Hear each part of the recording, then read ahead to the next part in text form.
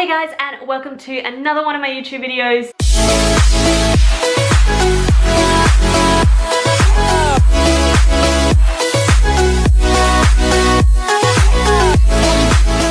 If you've been following me on social media lately, which you should be, you would know that I've been going through something the past sort of few weeks that has been really quite tough, and because of that it has raised a lot of anxiety and I've spent a lot of time being anxious. I'm not gonna lie, I've spent a lot of time wallowing in my own self-pity.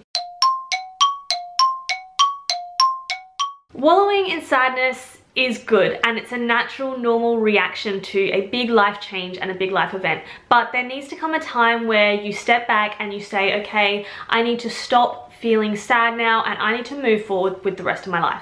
So I thought today I would share with you some tips that I've been following to help myself get back on track and to create a really positive atmosphere and a positive environment in my own life and in my surroundings. So if you don't have an anxiety disorder or you're not a person that's prone to anxiety, before you click off, this video can still help you. Everyone experiences anxiety from time to time, and it's a completely normal thing. You know, before you do a big exam or before you have an interview or if you have to do a public speech, a lot of people do feel anxious, and that's okay. But if these tips can help you, then that just makes me feel all the more better about being able to share them with you. My first tip here is to talk. I don't know about you, but when I'm anxious, all I want to do is shut myself away from the world and not talk to anyone. It just seems like an easier way of coping. I'm not sure why that is. It just feels easier to lock myself away in my bedroom and not have to speak to anyone. And sometimes even the act of speaking to someone can be very mentally draining.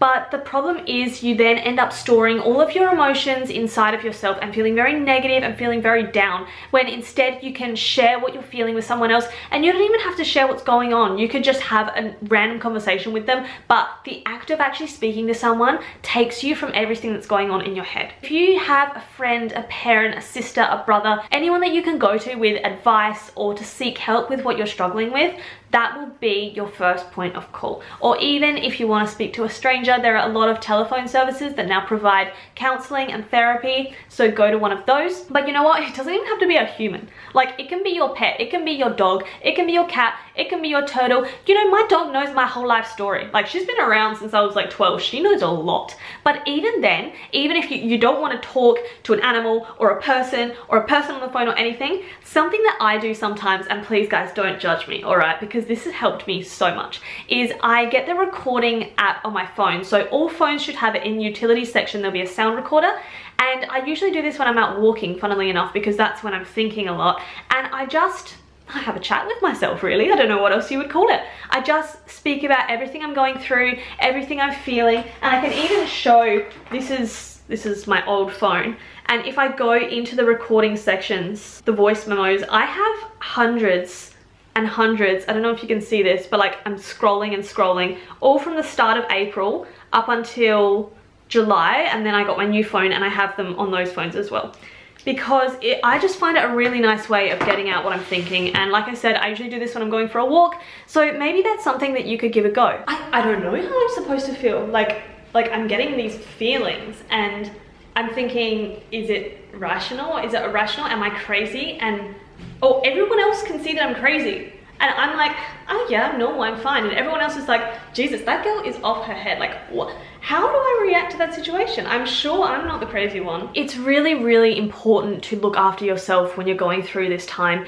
You cannot neglect self-care, and it's so easy to do that. I know it is, but self-care is imperative during this time, and it can be something as small as making yourself a cup of tea, just being able to make that cup of tea and sit down and focus on what it tastes like, what it smells like, if it's hot, the steam coming up.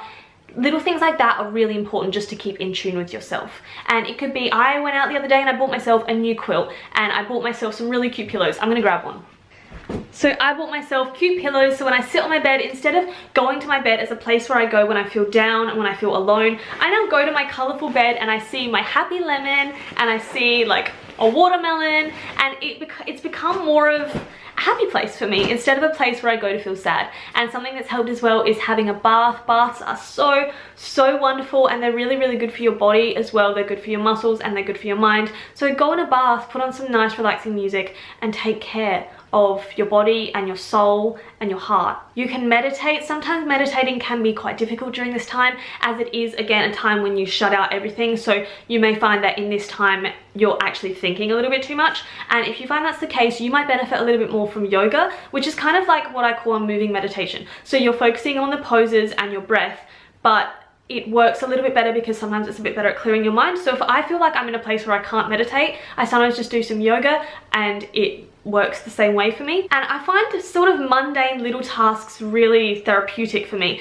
and that can be knitting. I've started knitting again. Yes, I am an old grandma. So I wish I was kidding when I said about the knitting thing, but definitely not kidding. At nighttime I sit down and I watch TV. I have just got Netflix, which is like life-changing, and I knit. So I don't know how to knit anything but like, I don't know, like whatever this is, but hey, it's not to actually make something, it's just for the therapeutic process. My kitten is going crazy, I'm getting a phone call.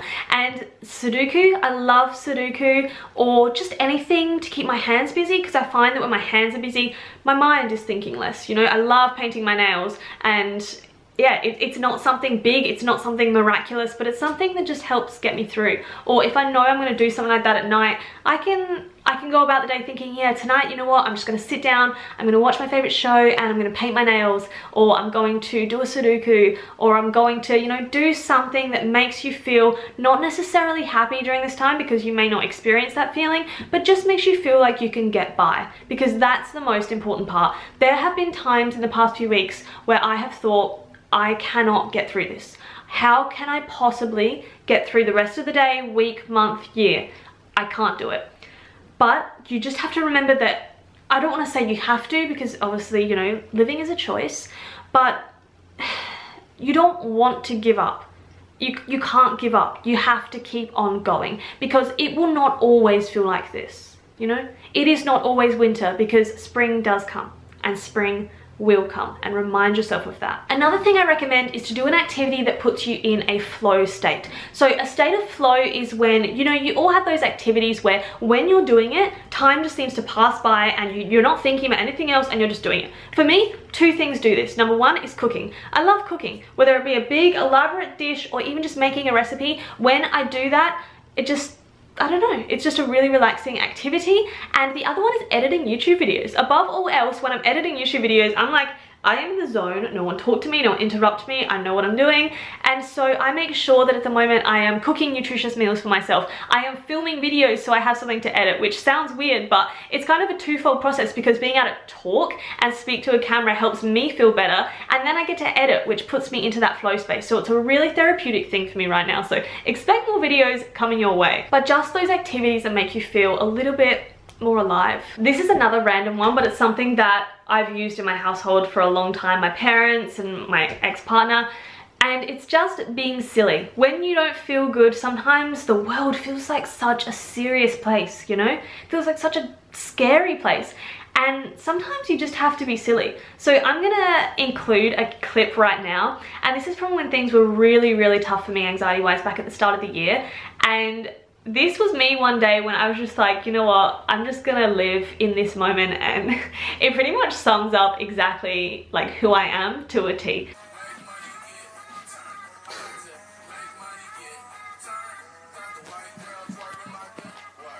So I hope you enjoyed that little snippet video of me. But yeah, just be silly and don't take yourself too seriously. And I don't want to be a hypocrite, because I have always taken life too seriously. It's something I've struggled with a lot, but I'm learning to let go, and I'm learning to be less serious. And I think that's come as a result of me. I'm about to finish my final year at uni, and I don't know what I'm going to do afterwards, and I could freak out about this. And trust me, I have been freaking out about it, and it's part of the reason I felt so ill at ease lately. But instead, I'm just being like, you know what, I'm just gonna take it as it comes. I'm just gonna take each day, each week, each month as it comes. And that's not to say I'm not gonna sit here and like wait for life to just happen to me, because I don't believe in that. I believe in creating your own dreams and creating your own potential, but I am not gonna force anything on myself, and I'm not gonna put expectation on myself because it's not that serious, you know, it's really not. So these are just a few little tips today, and I really hope that they could help you. I wanted to keep it not too long because